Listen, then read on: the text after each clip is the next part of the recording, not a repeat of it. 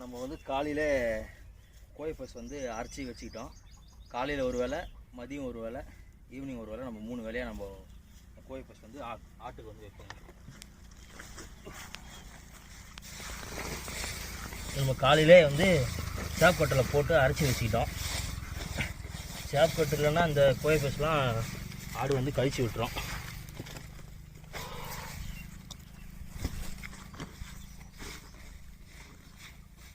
பாருங்கள் எவ்வளோ பொடிசாக இருக்குது பாருங்கள்.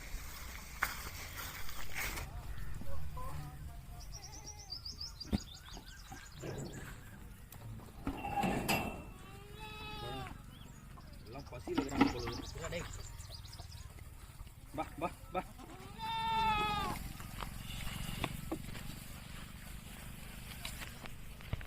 சாப்பிடுங்க சாப்பிடுங்க. பா பா பா.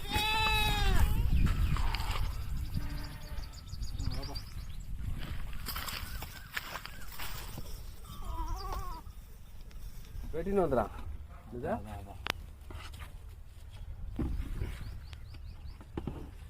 கோழி, ஆடு,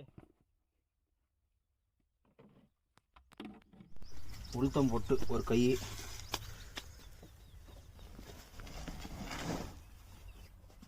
மாவு, மக்காச்சோளம், அரிசி, இதெல்லாம் ஒரு கை, தோரை ஒரு கை,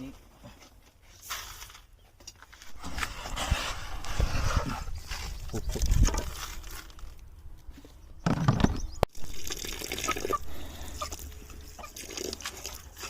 இது எல்லாத்தையும் தண்ணியில் நல்லா மிக்ஸ் பண்ணி வச்சிடணும். இதெல்லாம் போட்டால் தாங்க ஆடு வந்து வெயிட் கெயின் ஆகும் சீக்கிரம். நம்ம பசும் தீவனம் மட்டும் கொடுத்தா ஆடு வெயிட் ஏறிடாது. கடலைப்பொடி போட்டாலும் வெயிட் ஏறிடாது. இந்த மாதிரி அடர் தீவனம், உளிர் தீவனம் இதெல்லாம் போட்டால் தான் ஆடு வந்து கொஞ்சம் வெயிட் கெயின் பண்ணும்.